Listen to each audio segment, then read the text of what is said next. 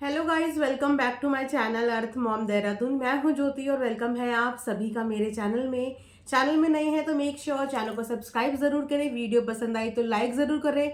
Like से याद आया कि कल मैंने आप सब लोगों से हक से रिक्वेस्ट करी थी कि मुझे इस वीडियो पे 2K लाइक्स चाहिए, लेकिन आप लोगों ने तो दिल खुश कर दिया। मतलब ऑलमोस्ट 6K लाइक्स मेरी कल वाली वीडियो पे मिले हैं। तो यार मतलब मान गए आप लोगों का प्यार, थैंक यू सो मच। इतना मोटिवेशन मिला, सच बताऊं तो पिछले 2-3 दिन से ना मैं बहुत ज़्यादा लो फील कर रही थी, क्योंकि इतनी सारी नेगेटिविटी जो पिछले 8-10 दिन से चल रही है ना। बोलना बहुत आसान होता है कि यहाँ पे बैठ के वीडियो बना रहे हो, लेकिन हम जानते हैं कि किस तरीके का मेंटल स्ट्रेस हमें भी फील होता है। और 2 दिन से ना, जहाँ मैं दिन में 3 वीडियो डालती थी, कभी कभी 4 भी डालती थी, आप लोगों ने नोटिस किया होगा कि पिछले 2-3 दिन से मेरी सिर्फ 2 वीडियोज आ रही हैं, क्योंकि मेरा लिटरली मन ही नहीं कर रहा था। लेकिन क्योंकि आप लोगों के कमेंट्स आ रहे थे, तो इसीलिए मैं कभी दिन में 2 बजे शूट कर रही हूँ, कभी 3 बजे शूट कर रही हूँ। बिल्कुल मोराल डाउन सा हो गया था, क्योंकि इतनी नेगेटिविटी हैंडल एक स्टेज पे आके आप खुद भी गिव अप कर जाते हो, राइट।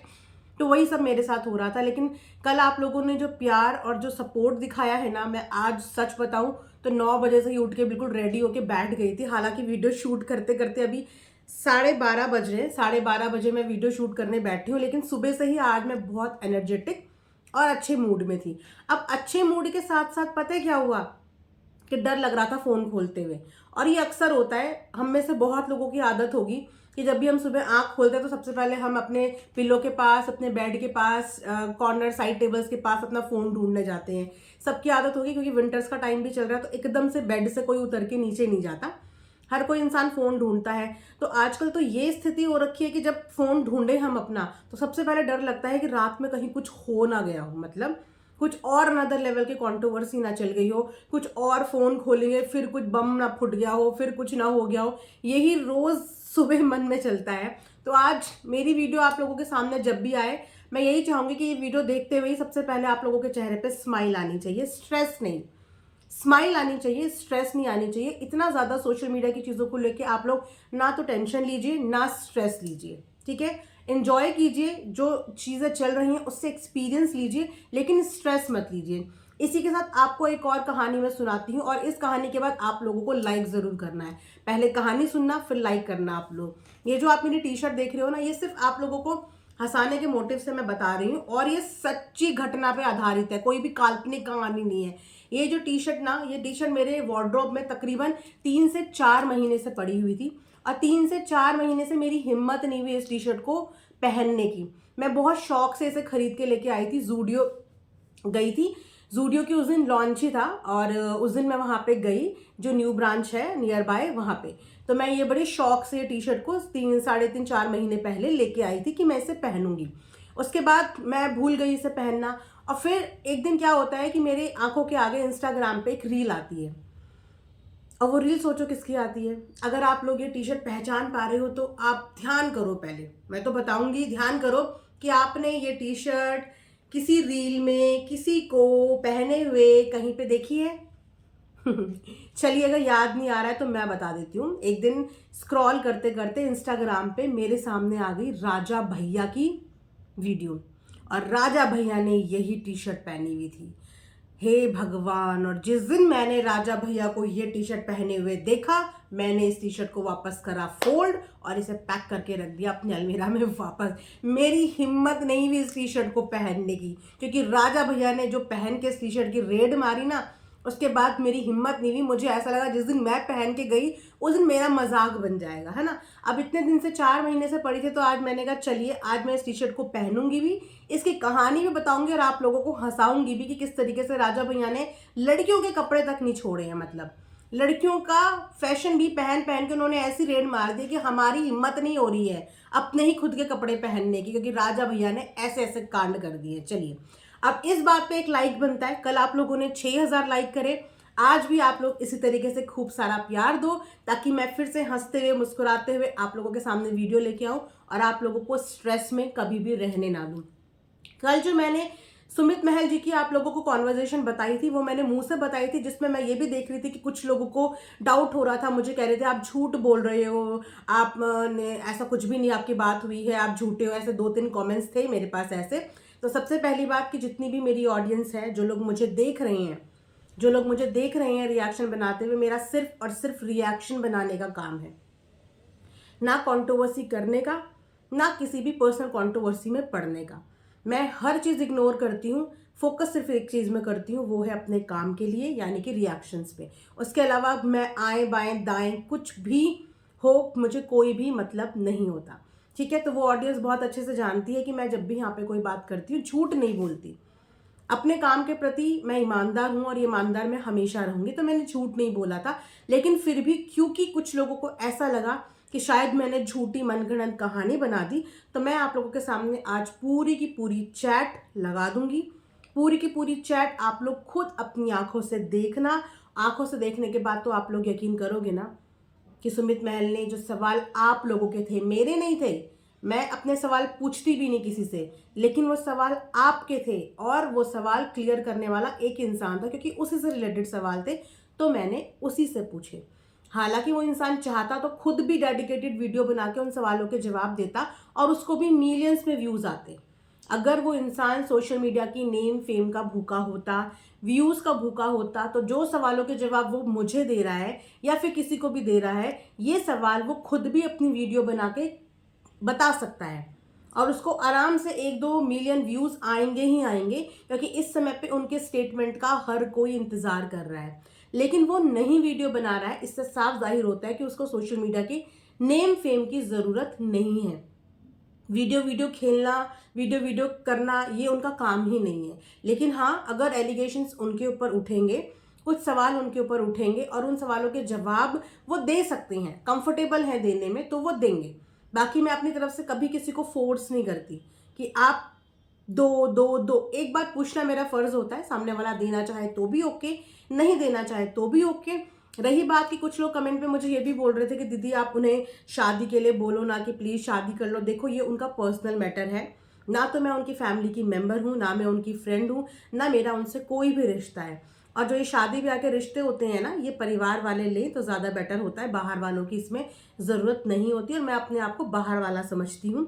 कल को अगर मेरे घर में भी कोई चीज़ होती है, कोई डिसीजन होता है, तो मैं उसमें बाहर वालों का इंटरफेरेंस खुद भी नहीं चाहूँगी और शायद मेरे फैमिली वाले भी कंफर्टेबल नहीं होंगे। तो शादी करनी है या नहीं करनी है, ये उन्होंने डिसाइड कर लिया है, ये उनकी फैमिली का ही हक बनता है और उन्हीं का डिसीजन हो सकता है। मैं इंटरफेयर क्यों करूं? मैं उनका रिश्तेदारी में कुछ भी नहीं लगती, इसीलिए मैं थोड़ा सा इन पर्सनल चीज़ों से दूर रहती हूँ, क्योंकि ज़िंदगी उनको बितानी है। आज अगर फोर्स करके हम ये रिश्ता करवा भी दें और कल को ये रिश्ता नहीं चले, तो उसका ब्लेम किस पे आएगा? फिर उसका ब्लेम यही आएगा ना कि फोर्सफुली शादी हुई है। शादी ब्याह जैसी चीज़ें फोर्सफुली नहीं, दिल से होती है। शादी करने की चीज़ों को मनाया नहीं जाता, दिल से होना चाहिए। जोर ज़बरदस्ती करके रिश्ते नहीं चलते, अगर चलते हैं तो टिकते नहीं हैं। और बार बार की कलेश से तो अच्छा है कि इंसान एक ही बार में रो ले, जिंदगी भर रोने से अच्छा है ना। तो मैं कभी भी किसी के पर्सनल मैटर में ना तो बोलूँगी हाँ हाँ हाँ, ना बोलूँगी ना ना ना। भैया, डिसीजन तुम्हारा, तुम्हारे परिवार का। शादी ब्याह का डिसीजन सिर्फ 2 फैमिलीज का ही होना चाहिए और वो लोग केपेबल इनफ है और उन्होंने डिसाइड कर लिया है, डिसीजन ले लिया है। इफ और बट वाली कोई भी बात नहीं है, ये उन्होंने क्लियर तौर पे अपनी चैट पे बताया है। बाकी यस, अब आप लोगों को मैं पूरी की पूरी चैट स्क्रीन में यहाँ पे शेयर कर देती हूँ। जो जो चीज़ें मैंने बोली उसमें एक भी बात झूठ नहीं थी, वो मैं आपको सारी स्क्रीन यहाँ पे दिखा देती हूँ। तो देख लीजिए, सबसे पहले मैंने यही क्वेश्चन पूछा है कि कुछ सवाल पूछ लूँ, जिस पर उन्होंने बोला कि जी। तो मैंने बोला कल वीडियो देखा है दीदी जी का, एंगेजमेंट उन्होंने तोड़ी, क्या ये सच है? क्योंकि ये सारे सवाल बहुत सारे सब्सक्राइबर के दिलो दिमाग में चल रहे थे, तो मैंने डायरेक्ट वही सवाल उनसे पूछा कि कल मैंने वीडियो देखा, एंगेजमेंट उन्होंने तोड़ी है, क्योंकि उन्होंने यही हमें ऑडियंस को बताया है, क्या ये सच है? जिस पर उन्होंने यहाँ पे रिप्लाई करते हुए बोला है कि हाँ जी, फैमिली का म्यूचुअल डिसीजन था, यानी कि दोनों फैमिली का म्यूचुअल डिसीजन था, किसी एक पर्सनल इंसान का डिसीजन ये नहीं था। साथ ही साथ उन्होंने ये भी लिखा है कि मैं मेरे चैनल से भी अनाउंसमेंट कर दूंगा, लेकिन अभी थोड़ा बिजी हूँ, क्योंकि जब से ये सब हुआ है हमारे ऑफलाइन काम में काफ़ी प्रॉब्लम हो रही है, वहाँ फोकस नहीं कर पा रहे हैं। ठीक है, तो उसके आगे फिर मैंने इनसे पूछा क्या सब कुछ गुड नोट पे ख़त्म हुआ है, क्योंकि कल 3 लोगों को धमकी मिली है। आप सब लोगों ने वीडियो में देखा कि 3 लोगों को धमकी मिली है और अभी तक समझ ही नहीं पा रहे हैं कि तीसरा इंसान कौन है। जितने मुंह उतनी बातें, सब लोग एज्यूम कर रहे हैं और एज्यूम करने के लिए उन्होंने छोड़ दिया है, क्योंकि उन्होंने नाम नहीं बताए।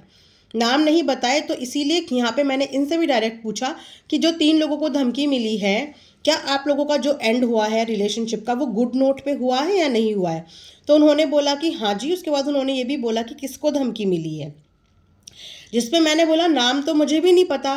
बोला है कि उनको कुछ होता है तो 3 लोग इसके जिम्मेदार होंगे, है ना। तो उन तीनों में कहीं एक आप भी नहीं हो, क्योंकि जिसके लिए होता है क्या वहाँ पे सिचुएशन हुई, किस तरीके से रिलेशनशिप एंड हुई, क्या किसने बोला, अब इनसे ज़्यादा बेटर तो कोई नहीं जानता होगा, है ना। तो इनसे मैंने पूछा तो उन्होंने बोला ये तो मुझे नहीं पता, जब तक किसी चीज़ में हमारा नाम ना हो तब तक हम अपने ऊपर क्यों लें। उनका साफ सुथरा जवाब यही था कि जब हमारा नाम लेके बोलेंगे तब बात कुछ और है, लेकिन जब तक हमारा नाम इस चीज़ पे लिया ही नहीं है, इस मैटर पे, तो फिर हम इस चीज़ को अपने ऊपर नहीं लेंगे। तो मैंने सही सब बोला, करेक्ट है, बिल्कुल सही है। कुछ लोग बोल रहे हैं कि आप दोनों मिलकर ऑडियंस को बेवकूफ़ बना रहे हो, कल को एक हो जाओगे। सवाल मैंने बिल्कुल वही पूछे एज इट इज़ जो आप लोगों ने कमेंट्स में मुझे बोले, क्योंकि इन सवालों के जवाब तो मेरे अलावा जो दे सकता था वो यही इंसान दे सकता था। ये सवाल के जवाब मेरे पास नहीं थे। मैं अपने डंके की चोट पे कल को बोल दूं और कल को आप लोगों की बात सच हो जाए, तो उससे बेटर है ना कि मैं इनसे पूछूं कि अगर कल की डेट में ये चीज़ें होती भी हैं तो इनका ये स्टेटमेंट याद करना कि इन्होंने इस सवाल का जवाब हमें क्या दिया था, है ना। तो जिसका सवाल है वो जवाब दे तो ज़्यादा बेटर रहता है। तो उन्होंने बोला कि जी नहीं, ऐसा नहीं है, शादी जैसा मैटर मजाक नहीं है कि आज है और कल ना हो। बाकी फ्री होके अपनी कम्युनिटी पे मैं भी पोस्ट कर दूंगा। इन्होंने साफ बोला कि शादी जैसा चीज़ इनके लिए मजाक नहीं है कि आज हाँ हाँ हाँ कल ना ना ना, जो डिसीजन हो गया वो हो गया। बाकी ये अपनी कम्युनिटी पे भी फ्री होकर ये सब चीज़ें पोस्ट कर देंगे। बस एक बात कहना चाहूँगा कि अभी हम सच में बहुत अकेला महसूस कर रहे हैं। बस फैमिली का ही साथ और सपोर्ट है। तो जो भी ऑडियंस है, तो अगर वो पक्ष में नहीं है तो विरोध भी ना हो, क्योंकि हम तो कुछ कह ही नहीं पा रहे हैं, इस स्थिति में नहीं है। इनका बोलना भी सही है कि हम जो फील कर रहे हैं इस समय पे अकेलापन फील कर रहे हैं, क्योंकि जो बड़े बड़े व्लॉगर हैं सबका फोकस, सबका ध्यान उन्हीं पे है, और जो इंसान सोशल मीडिया पे है नहीं, अपनी बात, अपना पक्ष, अपना कुछ बोल ही नहीं पा रहा है, उसकी तरफ से सबका ध्यान हट गया है। इनफैक्ट उसके ऊपर सवाल खड़े कर रहे हैं, जबकि वो कुछ बोल ही नहीं रहा है। और आज सवाल खड़े कर रहे हैं, कल को अगर वो इन सवालों का जवाब के साथ आता है तो बोले तो यही लोग बोलेंगे कि देखो व्यूज़ लेने आ गया, ये भी वीडियो बनाने आ गया, इसको भी वीडियो बनाने का मौका चाहिए। लेकिन जो सवाल उनके ऊपर बेबुनियाद और बेमतलब के खड़े हो रहे हैं, जिनका वो जवाब देने में इंटरेस्ट भी नहीं है, उनको जो करना था वो ऑफलाइन कर चुके हैं, लेकिन उसके बाद भी अगर उनको इस तरीके से पोक करेंगे, कल को वो अपना कोई पक्ष लेके आते हैं तो फिर उसकी जिम्मेदारी किसकी होगी, राइट। तो वो यही बोल रहे हैं कि हमें विरोध भी मत करो अगर हमारा सपोर्ट नहीं कर पा रहे हो, क्योंकि हम किस स्थिति में हैं हम ये बता भी नहीं पा रहे हैं, है ना। तो मैंने बोला कि आपको लेकर एक और सवाल आ रहा है कि आपके ऊपर कर्ज था, बेरोजगार थे, तभी शादी कर रहे हो आप लोगों ने भी देखा होगा ना कि ये बात हो रही थी कि गले गले तक इनके ऊपर कर्ज है, कर्ज में डूबे हैं। अगर ये शादी करते हैं जगत दीदी से तो ये प्रूव हो जाएगा कि इनकी भी कोई लाचारी है, कोई मजबूरी है, या तो इनकी इतनी एज हो गई है, इनका भी कोई अगला पिछला पास्ट है, या इनकी भी फैमिली में कुछ ना कुछ दिक्कत परेशानी प्रॉब्लम है, तभी जो है ये उनसे शादी करने को रेडी हो रहे हैं, वरना अच्छे घर के परिवार वाले तो कभी भी ये शादी नहीं करेंगे, है ना। तो उस चीज़ का भी इन्होंने जवाब दे दिया है कि ये आप खुद सोचिए कि कोई किसी कर्जदार को अपनी बेटी देता है क्या, और स्पेशली जब उसकी भी बेटी हो। तो आई थिंक ये अपने आप में जो जवाब है ना, ये मोर देन सफिशेंट है कि वाकई में कोई भी परिवार, चाहे वो गरीब हो चाहे वो अमीर हो, वो लड़के को देख के अपनी लड़की देता है। और यहाँ पे एक नहीं, दो दो लड़कियाँ दी जा रही थी, और एक छोटी 6-7 साल की बच्ची। तो अगर ये आदमी कर्जदार होता, अच्छा नहीं होता, इसका कोई पास ट्रैक रिकॉर्ड ख़राब होता, तो कोई भी अपने घर की 2 बेटियों की जिम्मेदारी एक ऐसे लड़के के ऊपर नहीं सौंपते, राइट। उसके बाद मैंने बोला ओके थैंक यू, आपने इतने अच्छे से जवाब दिया, all the best for your future, जिस पर उन्होंने मुझे बोला थैंक यू। इसी के साथ ये कॉन्वर्जेशन हमने यहाँ पे एंड कर दी। ओके, सो आई होप कि आप लोगों ने पूरी की पूरी कॉन्वर्जेशन अपनी स्क्रीन पे देख ली होगी। यही मेरी बातचीत थी और यही मेरे चंद सवाल थे। इसके अलावा मैंने पर्सनल जोन में जाके कोई भी पर्सनल क्वेश्चन नहीं पूछा, ताकि वो भी अनकंफर्टेबल ना हो जाए। और मुझे भी पर्सनल जोन में जाके ना तो कोई काउंसलिंग करनी थी, ना ही किसी चीज़ के लिए किसी को मनाना था, और शादी ब्याह जैसी चीज़ के लिए तो मुझे फोर्स करना ही नहीं था।